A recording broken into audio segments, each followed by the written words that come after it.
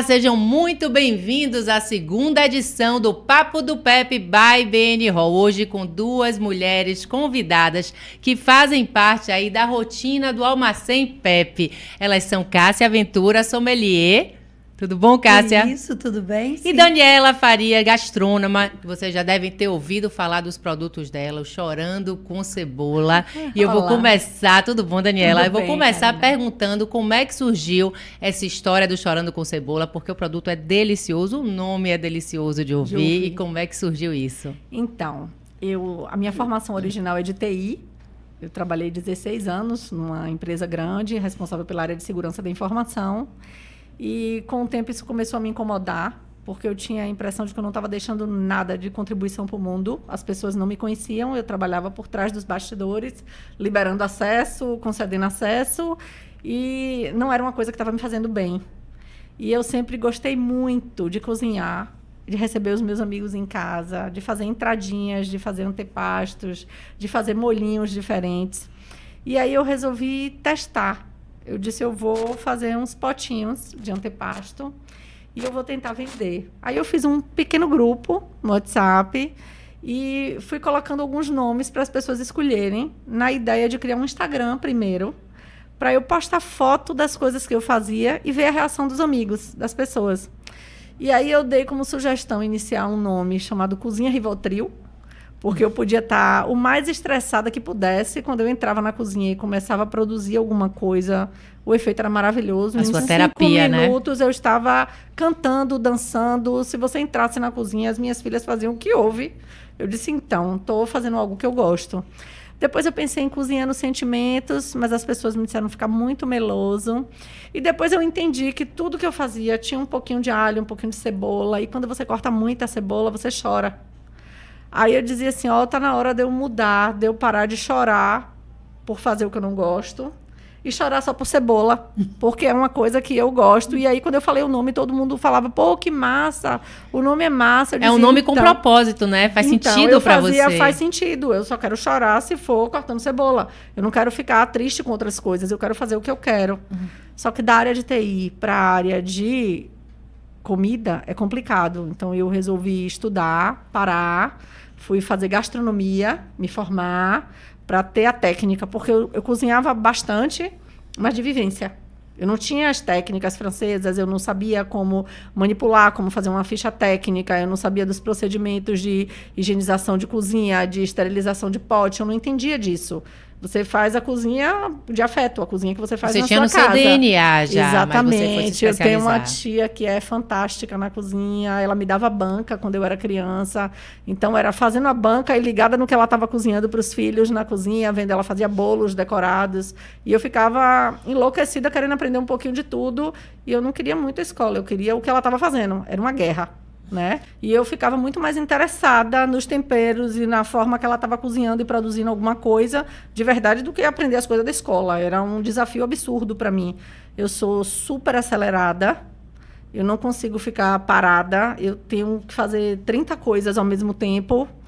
E aí eu acho que eu dava conta por isso. E eu fui assimilando. Tem coisas hoje que eu faço que as pessoas me perguntam, veio de onde? Eu digo, foi a minha tia que me ensinou. Aí, quando eu falo para ela faz, quando que você fez isso? Eu fiz, então, você não fazia uma carne assim, assim, assim? E fazia... Ela fazia, como é que você lembra disso? Eu faço assim, então, eu estava mais interessada na carne do que nas preposições do português. Aquilo não me chamava atenção. Eu aprendia, porque não tinha jeito, né? Você tem que dar conta da escola. E aí eu fui indo, e aí eu digo, não, eu tenho que ter a técnica. Porque o mundo que eu queria me meter de gastronomia não era o de mais um. Eu queria fazer o antepasto, o molho. Então, eu dizia, eu tenho que fazer isso de uma forma que ninguém faça igual. Eu comprei um mundo de produtos para provar. E eu comprava e fazia assim, não quero, não é gostoso, não tem o que eu quero, sabe? Não me deu aquele... Eu quero uma coisa que faça assim. Aí eu disse, eu vou fazer os produtos assim. E todos os produtos que eu faço, eu como.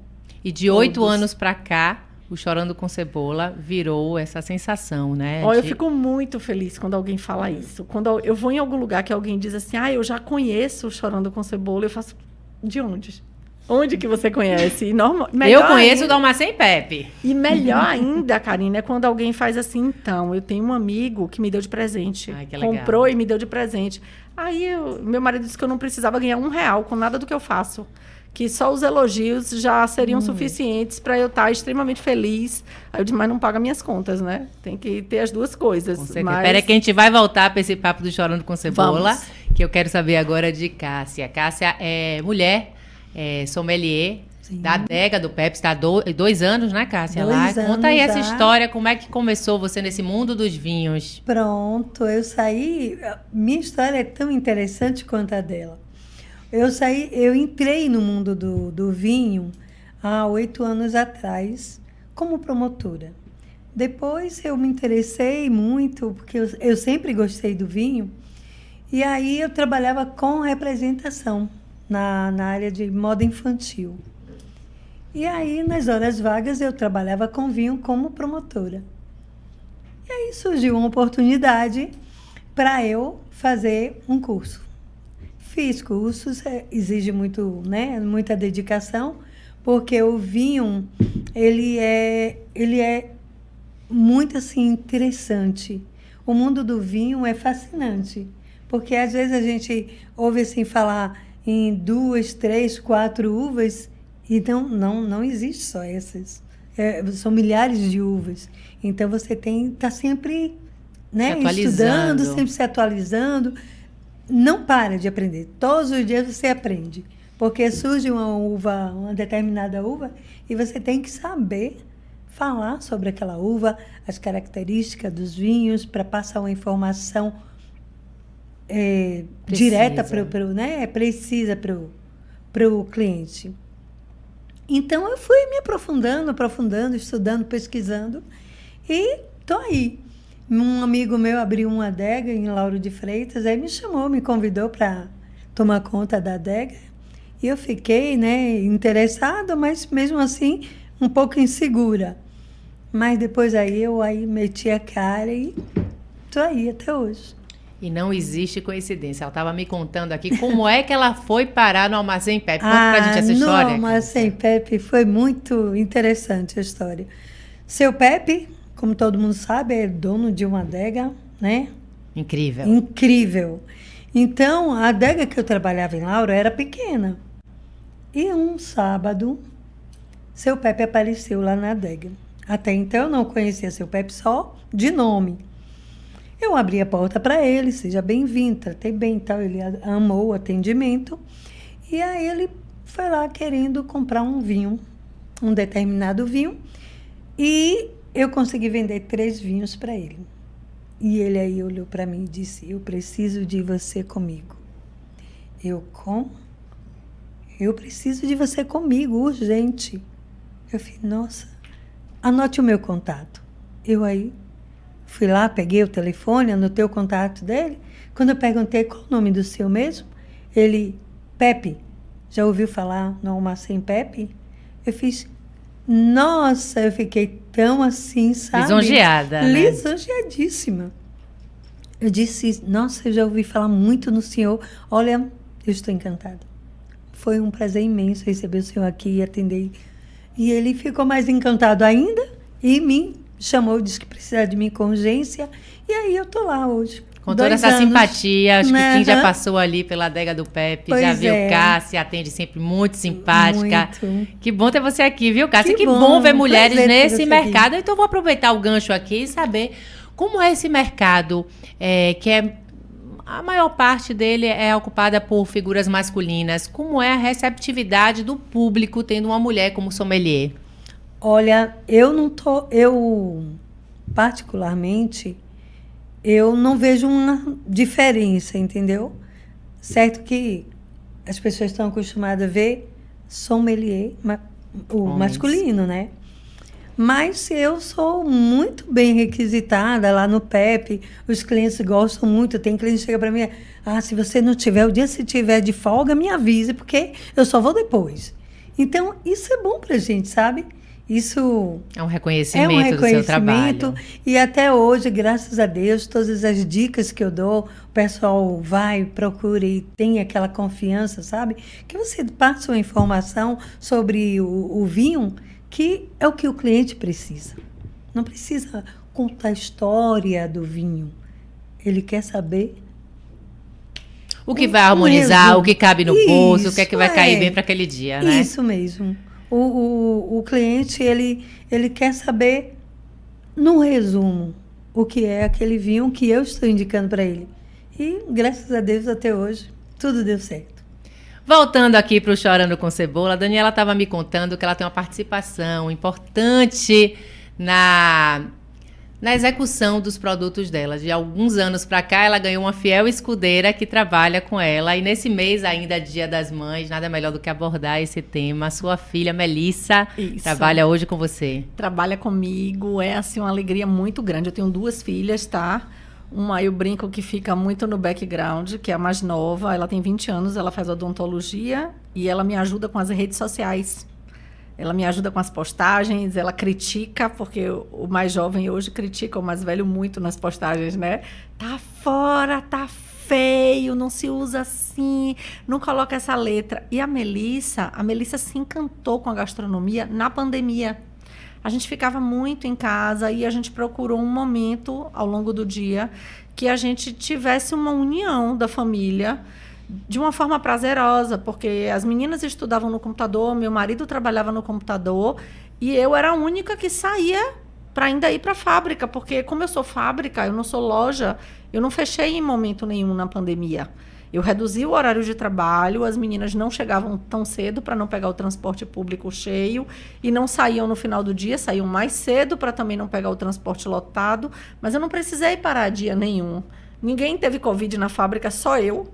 Porque eu era a única que ia para as lojas para fazer visita. Então, fazendo corpo só a corpo. Quem teve foi eu.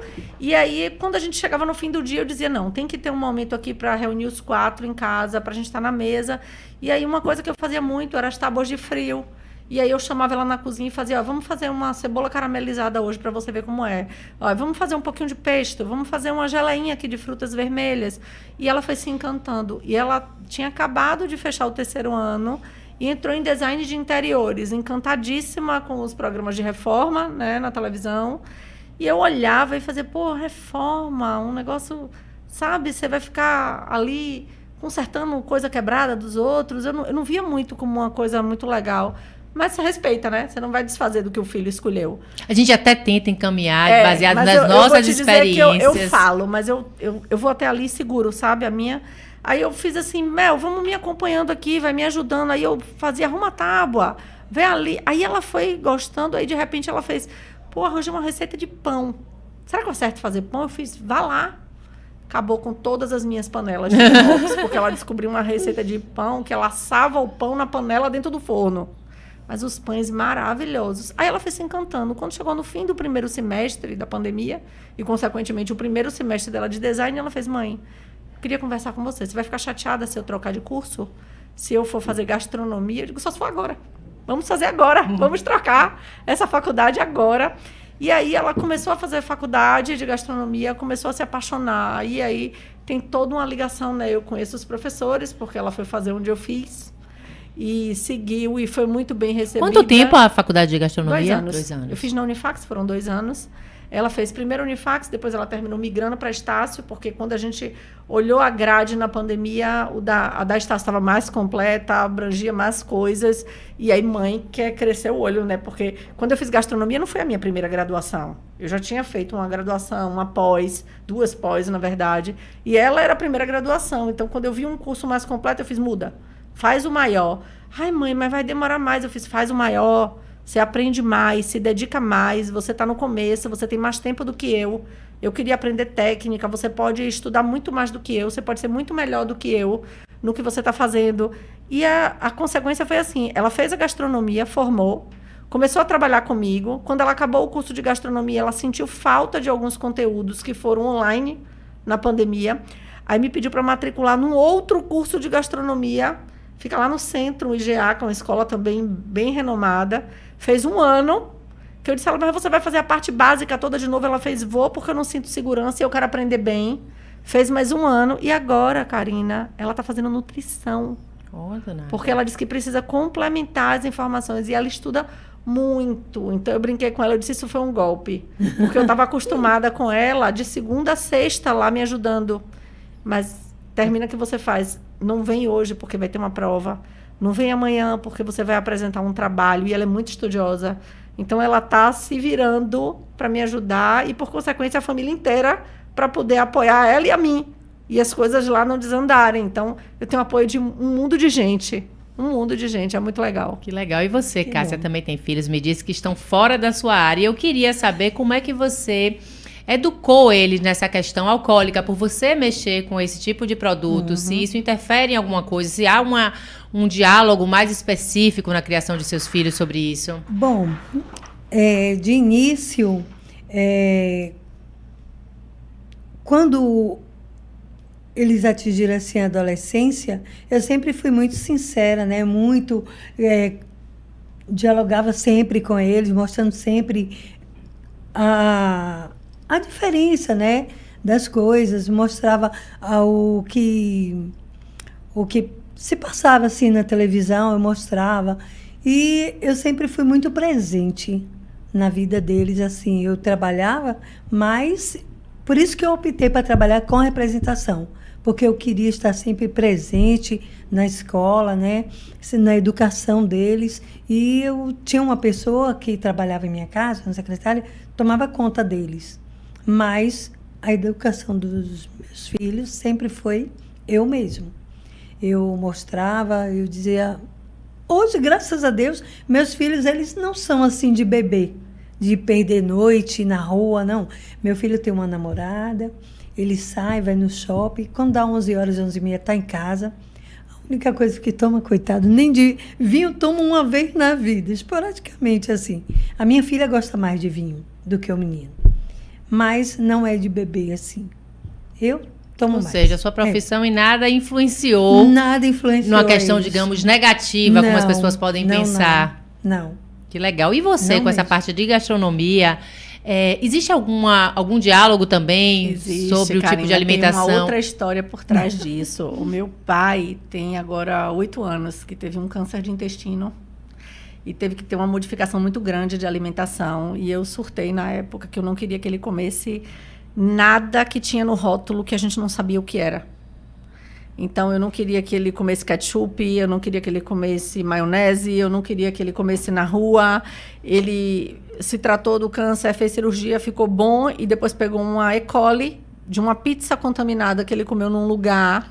E aí eu comecei a ficar pior ainda. Eu dizia, você não come maionese, você não come em restaurante aquilo, você não pode comer. E aí eu comecei a desenvolver mais produtos, porque eu dizia, não pode ser só antepasto. Aí eu fui para os molhos de tomate, porque eu dizia, não vai comprar molho de saco, não vai comprar molho pronto com conservante químico. Meu pai não tem que comer nada que tenha sorbato, meu pai não tem que comer nada que tenha glutamato monossódico. Tira essas coisas da vida de meu pai. E aí você vai estudando, você vai entendendo o que é bom e o que não é. E você vai aí ouvindo e vai entendendo a qualidade desse produto. Não tem nada químico, é 100% artesanal. Eu não coloco, se você ler todos os meus rótulos, tudo que tem nos rótulos vocês conhecem. Sim. Eu não tenho nada, eu já recebi milhões de empresas, porque leem o nome, né? Do CNPJ, Chorando com Cebola, Indústria de Alimentos Limitada. Aí me liga. Então, eu vendo um pozinho mágico que dá brilho, um pozinho mágico que dá cor, um que conserva por 8 meses. Aí eu faço, então, pozinho mágico, você vai vender para bruxa. Aqui é cozinha, eu sou cozinheira. Aqui eu compro cebola, tomate, alho, alecrim, especiaria, uma loja de especiaria, me tem bem de cliente. Ainda assim eu provo, porque se me vender especiaria misturada com pó de serra, com café, eu conheço e não quero. Já botei vários para correr. E você trouxe essa experiência de seu pai para dentro de casa? E aí eu passei... Porque para fora eu já percebi que sim. Eu passei a fazer isso. Eu não quero que ele coma nada disso. Então, eu desenvolvi um molho que é bom para fazer um peixe no forno. Eu tenho um molho para tomate. Eu tenho um molho para salada. Eu tenho um antepasto. Eu tenho um alho em conserva para temperar a comida sem quererem usar quinó ou essas coisinhas de bloco, esses caldos de bloco, que eu tenho horror a olhar. E aí eu passei a mandar para casa dele. Faz o caldo. Como assim? Eu digo, faz o caldo, depois você faz a carne com o caldo de carne. Ah, vai fazer caldo de carne? Eu fiz, vai. Como que vai fazer o caldo de carne? Eu fiz, não joga os pedaços de carne fora quando limpa a carne. Não joga o osso da galinha fora. Põe num saquinho, põe no freezer, que no sábado eu vou aí e eu faço um caldo e deixo congelado para quando vocês forem fazer comida. E eu fui fazendo isso com a minha família inteira. Tá? Então, eu pego no pé de todo mundo. As minhas filhas são os desesperos quando chegam num lugar e acham um ketchup. Aí, o que eu fiz? Na última edição do Boa Praça, eu fiz um ketchup artesanal e levei. Eu fiz, vou levar um ketchup artesanal. Vai fazer uma forma agora. Nem o ketchup vocês vão comer mais. Mãe, você vai fazer um ketchup? Eu fiz, vou. Tem tanto ketchup aí no mundo. E aposto que vai ser melhor do que qualquer um que vocês já comeram na rua. O ketchup foi embora assim, ó.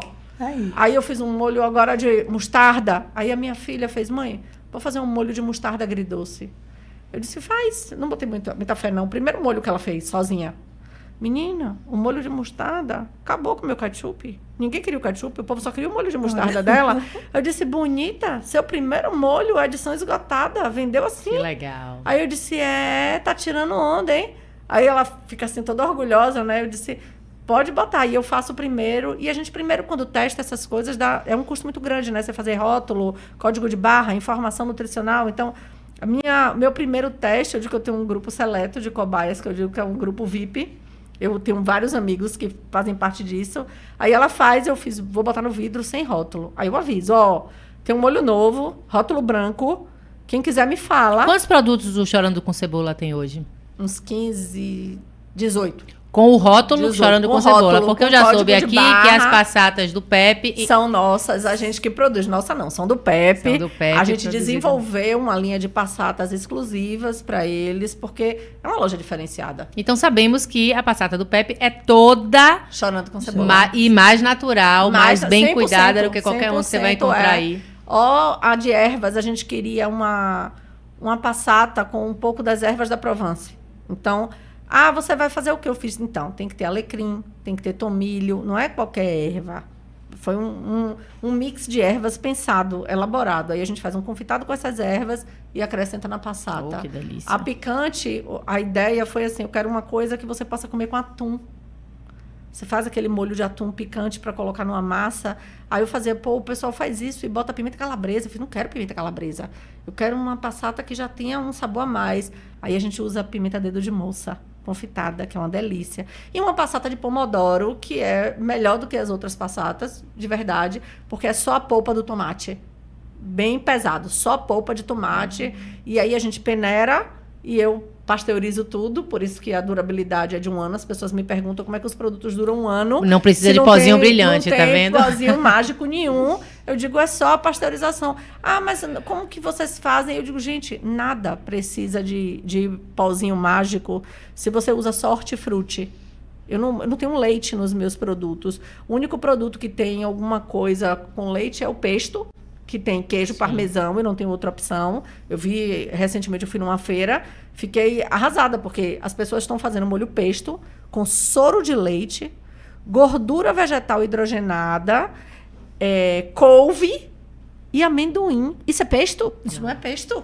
Até eu sei fazer pesto. Pesto é azeite extra meu jeitinho, manjericão, basílico.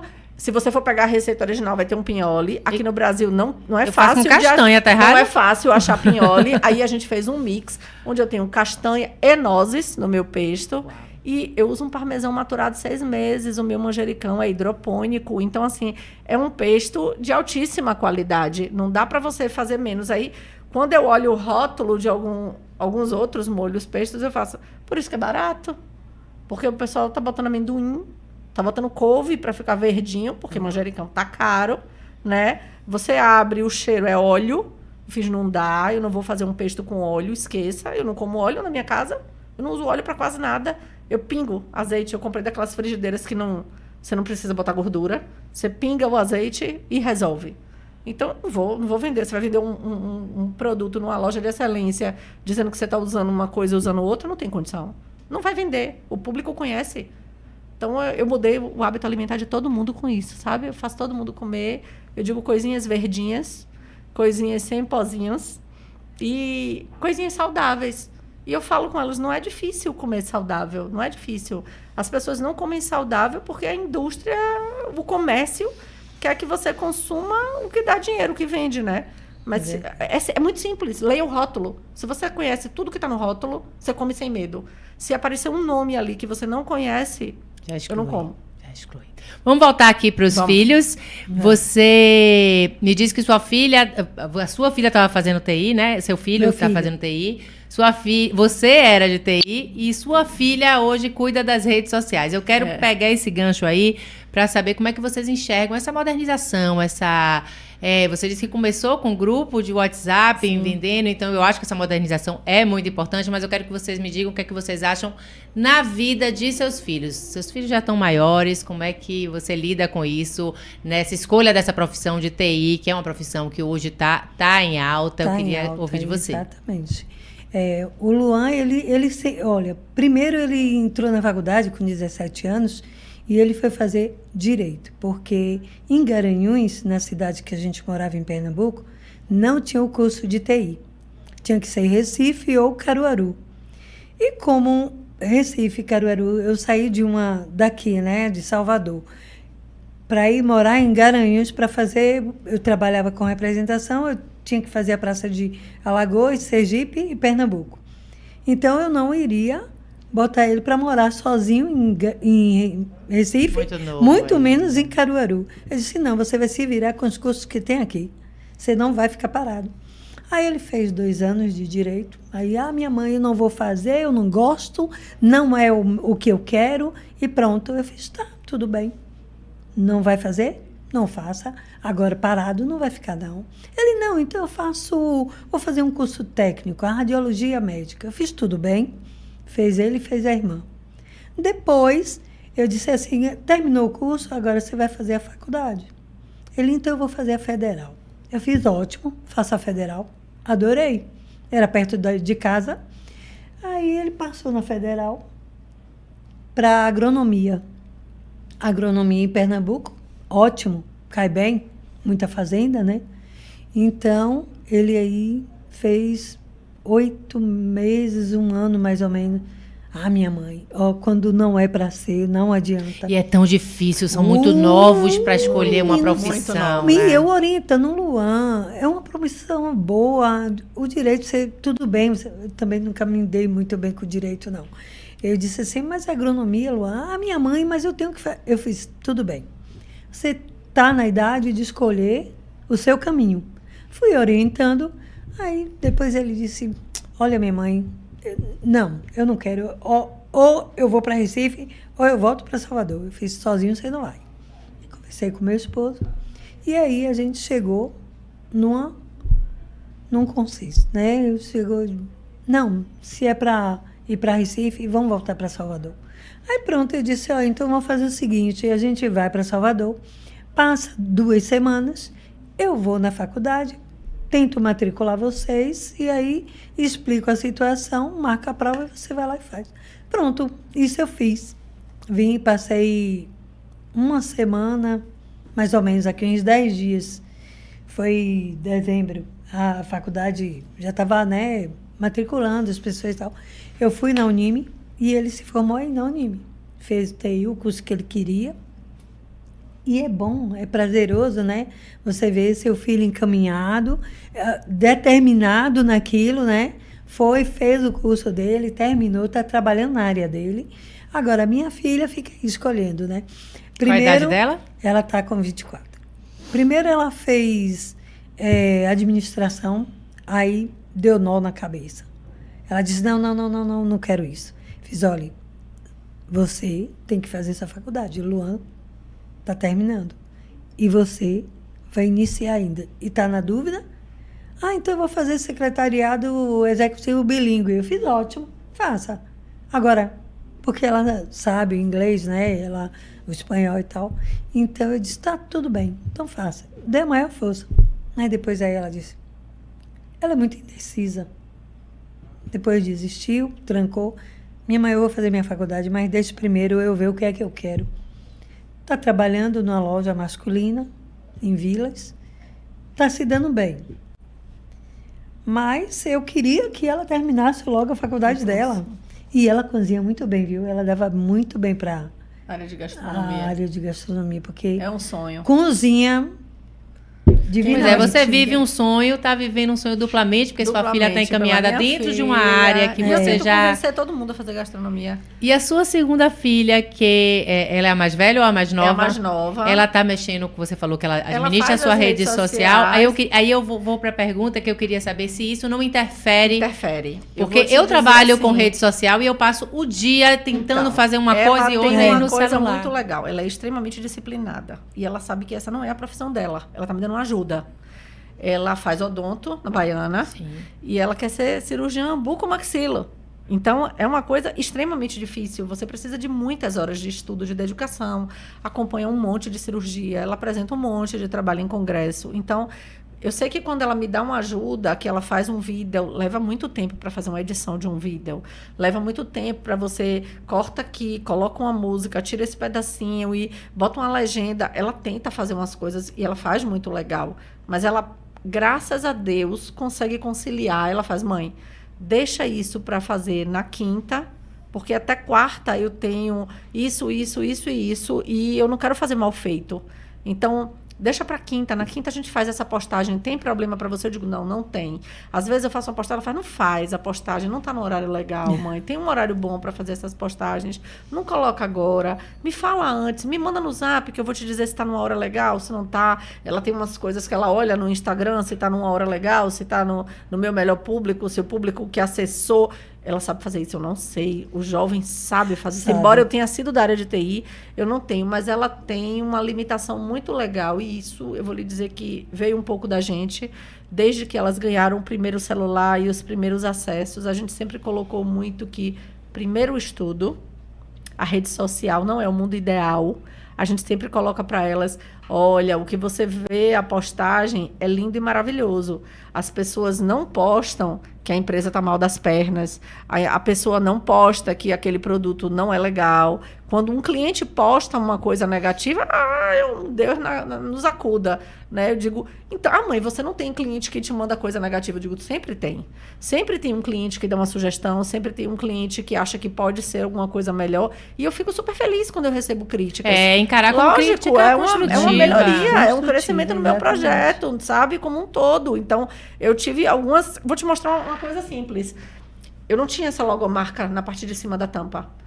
Aí as pessoas olhavam e faziam, como que eu sei que é Chorando com Cebola? Eu dizia, então, a gente não pensou nisso quando fez o rótulo. Eu botei aqui o site, mas as pessoas não viam. Aí, de tanto as pessoas pedirem, eu coloquei uma logomarca aqui.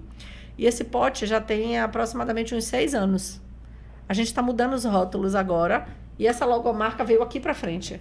E embaixo tem o nome do que é.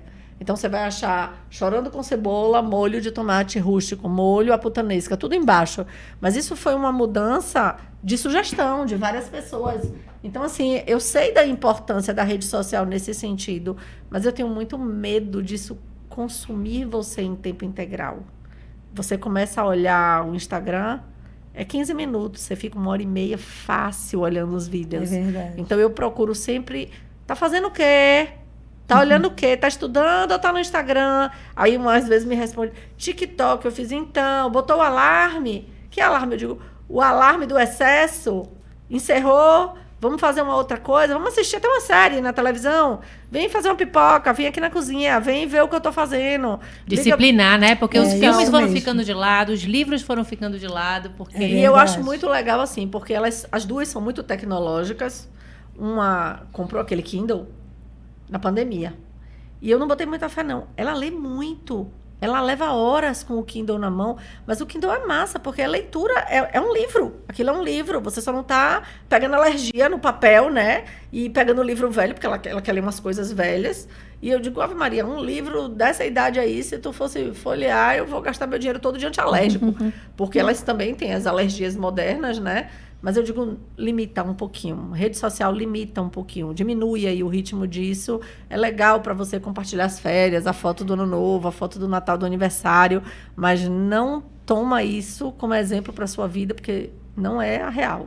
Ainda sobre filhos, teve alguma grande dificuldade aí para conciliar esse momento de trabalho? Você disse que saiu da profissão de TI para a gastronomia, foi montar o próprio negócio. Como foi que você administrou essa empreitada com suas filhas? A minha família é maravilhosa. Suporte. Dos meus pais, a minha avó, que tem 94 anos, quem me segue, que me acompanha, veio fotos todo domingo com a minha avó.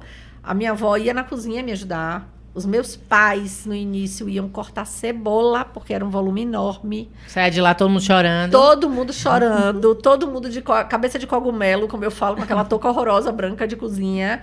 E lavar pote, esterilizar pote, limpar a tampa. As tampas são todas limpas com álcool 70. Então, assim, é uma trabalheira muito grande. No início, eu não tinha essa facilidade do adesivo feito em gráfica. Os adesivos eram feitos aqui, numa copiadora. Então, você tinha que cortar, carimbar a data, carimbar o lote, prender no vidro, e o lacre é colocado na mão. Então, assim, era um volume muito grande de coisas. E eu tive muito apoio. Para você ter uma ideia, assim, a minha cunhada tem 2 filhas, mais ou menos da idade das minhas. Então, como ela sabia que eu tinha que estar na produção, na cozinha, e que eu estava num projeto, ela procurava fazer uma programação no final de semana, me ligava e fazia, vou pegar as meninas, vou levar na praia, vou levar para a Praia do Forte. E eu fazia, amém, Senhor, obrigado, leva para me ajudar. E os meus pais, idem. Traz as meninas para aqui para comer uma pizza. Eu dizia, eu não tenho nem como levar, que eu estou na cozinha. Vou buscar. Eu digo, vai buscar, me ajude. E te libera um pouco da culpa também de não estar podendo proporcionar aqueles momentos de lazer, né? Graças a Deus, eu tive esse apoio, assim, gigantesco. Muito grande. E você, Cássia, passou por alguma dificuldade na criação de seus filhos? Teve apoio familiar, de amigos? Sim. Meu esposo é sempre parceiro, né? Em tudo. Sempre me ajudou em tudo, na educação, orientação nessa rede, né? Que computador, se sabe, a gente tem que estar fiscalizando o tempo todo, né? Então, eu sempre dei limites também. Sempre, primeiro, chegou do colégio, as tarefas primeiro, depois eu estipulava assim, 2 horas para cada um. Mas não tive muita dificuldade assim, não. Graças a Deus. E meus filhos são muito assim, tranquilos, sabe? Muito na deles. Até hoje, meu filho, ele é homem. Deveria dirigir ao pai, né? Contar algumas coisas. Mas não, ele chega para mim. Ele, minha mãe, vem cá. Eu vou no quarto dele, ele aí me conta se está com algum problema com a namorada, namorando já há 4 anos, né? Então, tudo ele me conta. Eu percebo quando está zangado, quando está chateado, eu vou lá, converso, pergunto, e ele fica querendo, sabe? Ficar para ele, mas aí, aos poucos, ele vai se saltando e acaba me contando. Em uma palavra, Cássia, como é que você se define como mãe? Uma palavra. Rapaz, amiga. Como mulher? Como mulher, eu sou muito assim, guerreira. E como sommelier? Como sommelier, ainda estou aprendendo, viu? Muita coisa. Mas eu dou tudo de mim. E você, Dani, como mãe? Apaixonada. Como mulher? Intensa. E como gastrônoma? Estudiosa. E como empresária? Atualmente, eu diria assim, um pouco louca no Brasil. Para ser empresário no Brasil hoje, você tem que ser corajoso. Pronto, a palavra é essa, corajosa. Corajosa. Porque eu via um amigo há uns anos atrás, ele dizia assim, ser empreendedor no Brasil, você mata um leão por dia. Parece clichê, né? Eu brinco com ele, um leão era na sua época. Hoje a gente pega uma galera de bicho. Um leão é fichinha. Porque a minha mãe costuma brincar comigo que ela faz assim, como você faz tantas coisas?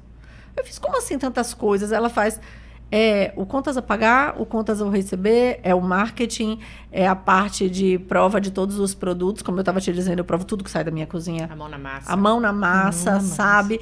A escolha dos insumos, 1 a 1. Eu quero saber o que está vindo. Eu devolvo o produto se não vier legal. Eu já devolvi baldes e baldes de azeitona, porque veio com uma coisa branca em cima na conserva. Eu fiz, conserva é água, sal, açúcar. O que é que tem aqui? O que é esse pozinho? Não, é porque eu fiz, volta, não quero mais dessa marca, me manda de outra. Sabe? E é uma fiscalização assim muito grande das coisas para manter a minha qualidade. Então, é um trabalho danado. Eu sei o trabalho que dá. E eu me sinto corajosa, porque são 8 anos. O que eu já vi de gente desistir no meio desse caminho é muito comum. E aí você tem os exemplos. E eu estava conversando com o pessoal antes da gente começar aqui, que eu peguei um pouco do exemplo do Pepe. Porque o seu Pepe falava comigo na loja, ele fazia o seu olho tem que estar na sua produção. É o olho do dono que engorda o gado. Exatamente. Se você não tomar conta, você não vai conseguir. Você precisa estar lá de junto. As pessoas não vão fazer como você está fazendo. Você tem que ser o exemplo. Então, entra, faz e deixa as pessoas verem como você está fazendo. Elas vão te copiar. Mas não fala só, faz. E é diferente. Quando você entra e você faz uma receita, até o respeito é outro. Porque as pessoas não olham para você como alguém que manda. As pessoas olham para você como quem faz assim. Ela está falando porque ela faz assim. Ela sabe fazer dessa forma. Então, assim, o exemplo lhe guia, né? Lhe arrasta. Quero agradecer imensamente a presença de vocês. Eu fico muito feliz quando eu vejo mulheres empreendedoras, profissionais, que se dedicam a seus filhos, à sua casa, aos seus negócios e crescendo, sabe? Se encontrando na profissão, se encontrando mesmo como empresária, como gastrônoma, depois já de uma lida em outra profissão. Fico muito feliz. Conte aqui com a gente sempre para divulgar o trabalho de vocês. Parabéns. Obrigada. Agradeço imensamente a presença de vocês. Obrigada. E o papo do Pepe by BN Hall vai ficando por aqui, mas vem novidade por aí para o clima junino. A gente se vê na próxima edição.